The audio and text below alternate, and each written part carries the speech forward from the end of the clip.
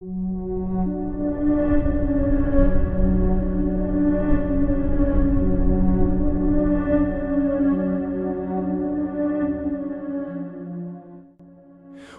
back to the Whispering Walls podcast, everyone. We're diving into some truly unsettling history tonight, a story that really makes you question what we think we know about institutions that were supposed to care for people. It's always fascinating how certain narratives get cemented, right? And then you dig a little and you find these other, often darker stories hiding just beneath the surface. Tonight's feels particularly chilling because it's about the people behind the walls, not just within them. Exactly. We often focus on the patients, and rightly so, their stories are incredibly important. But what about the staff? The ones tasked with caring for hundreds, sometimes thousands, of individuals, often under incredibly difficult, even inhumane conditions themselves. And the idea that some of them vanished? That's what really caught me. It's not just about patients disappearing into the system, which is a tragedy in itself, but the caretakers? That implies a whole other level of systemic failure, or honestly, something far more sinister. It does. And that's precisely what we're exploring tonight. There's a line, a really haunting phrase that keeps showing up in forgotten reports and abandoned archives from state hospitals across North America. The patients weren't the only ones who disappeared. Just reading that sends a shiver down my spine. It immediately makes you think, well, if not the patients, then who? And why? What circumstances would lead to a caregiver, a professional, simply vanishing from the records? It's not like they were transient workers. These were often career nurses. Right? You'd expect resignations, transfers, retirement notices, even obituaries. A person just stops existing on paper? That's not normal clerical error territory. And it wasn't. From 1935 to 1958, state hospitals really underwent a massive expansion. They were growing faster than almost any other public institution. New wings were being tacked onto old stone buildings, new basements dug beneath existing ones.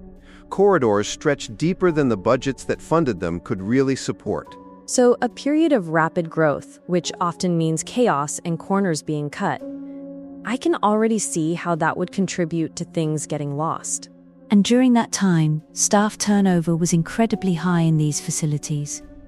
The work was grueling, the pay low, and the stigma immense. So some disappearances might be attributed to nurses simply leaving without proper notice, fed up with the conditions. But the narrative we're talking about, it feels different. Not just someone quitting in a huff, but a complete erasure. A ghost in the machine, so to speak. Precisely, Bob.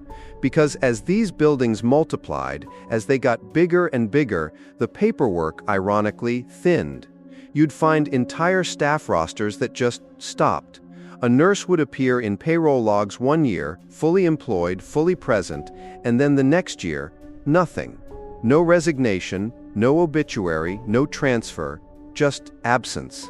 That's utterly terrifying. Imagine your entire professional existence just gone, poof. And what did the institutions say? There must have been inquiries, families asking questions. Yeah, you can't just have a nurse vanish and expect no one to notice.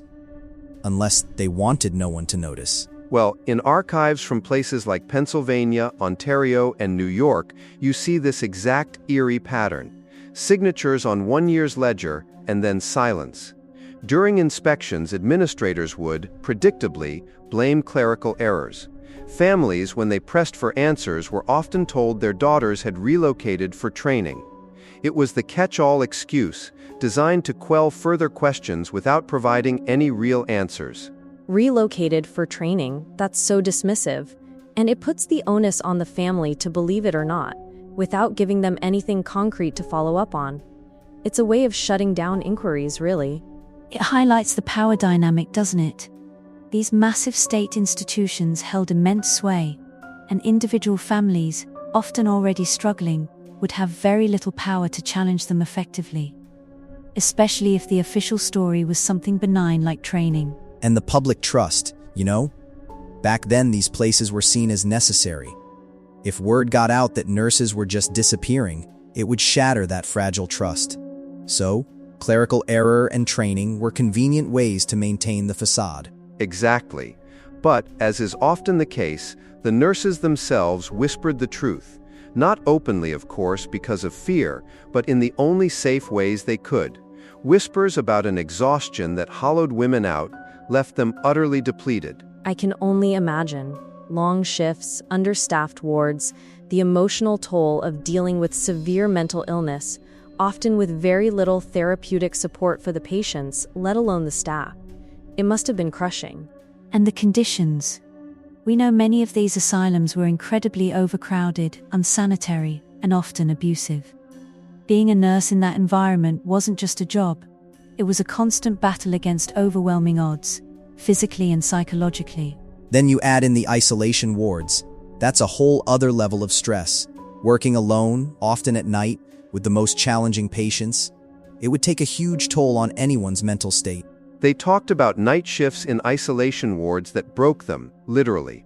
Overwork that pushed them beyond what any human should bear.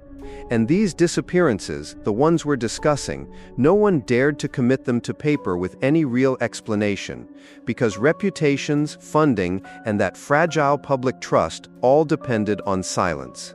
So it wasn't just about covering up a few missing persons.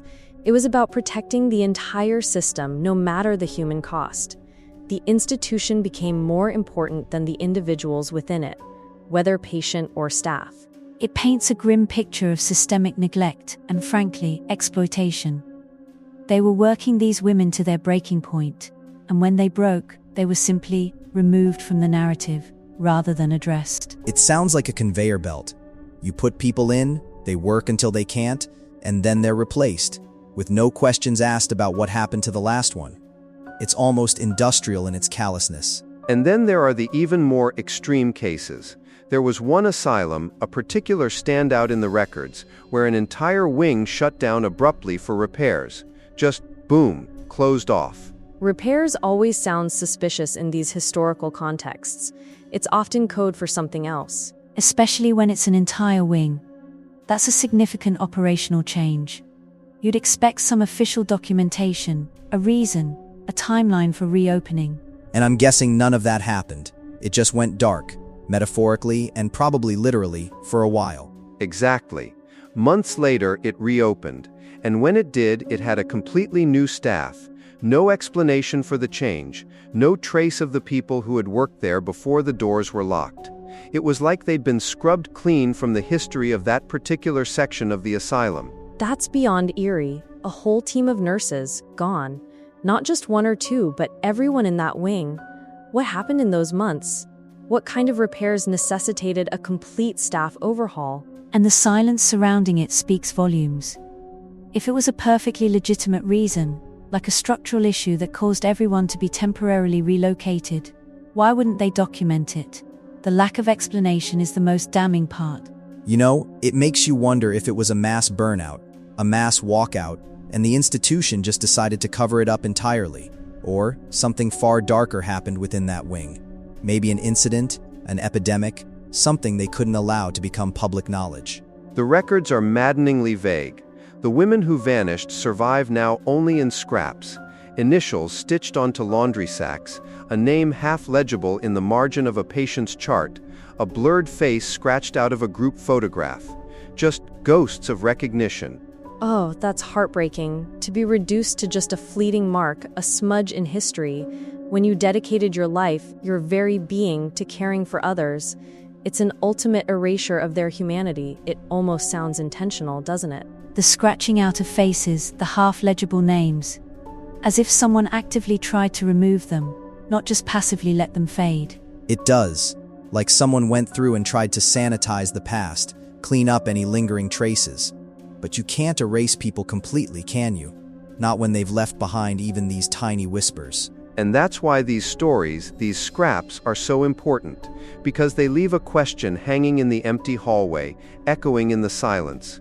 What happened after lights out in those wards? Who walked those endless corridors when everyone else slept, but perhaps they never really rested themselves? Who bore the weight of all that suffering, that isolation? And who stayed behind, long after their names were erased from the official rosters, long after their families were given a convenient lie. Because, truly, not every ghost in an asylum is a patient. Some are the ones who tried to help, who gave their compassion, their energy, their lives, and then disappeared into the very silence they were meant to overcome. It really makes you rethink the narrative of these places, doesn't it? The heroes and victims weren't always so clearly defined. Sometimes the heroes became victims themselves, simply by doing their job. And in a way, those whispers, those scraps of names, they're their own form of resistance, a quiet refusal to be completely forgotten, even when the system tried its best to erase them. It forces us to look beyond the official reports and really consider the human toll, not just on the people institutionalized, but on the people providing the care under such impossible circumstances. The vulnerability was pervasive. Yeah, and it makes you wonder what other clerical errors are still out there, waiting to be unearthed, waiting for someone to give a voice to the truly vanished. Absolutely. It's a powerful reminder that history is never quite as neat and tidy as official records would have us believe. There are always stories tucked away in the margins, stories like the nurses who vanished, just waiting to be told. Thank you for bringing this incredibly important, if unsettling, piece of history to light, John. It really adds another dimension to our understanding of mental health institutions. It's a stark reminder of the immense pressures and the lack of accountability that existed in these systems, and how easily human lives could be, and were, overlooked or simply erased. And the idea that those who were trying to help could themselves become a part of the darkness they were fighting, that's a thought that's going to stick with me for a while. For sure. And for everyone listening, thank you for tuning in to the Whispering Walls podcast. If you want more forgotten history, more shadows behind official narratives, and more stories that slip through the cracks on purpose, make sure to subscribe and stay tuned. We'll be back soon with another tale from the past that refuses to stay quiet.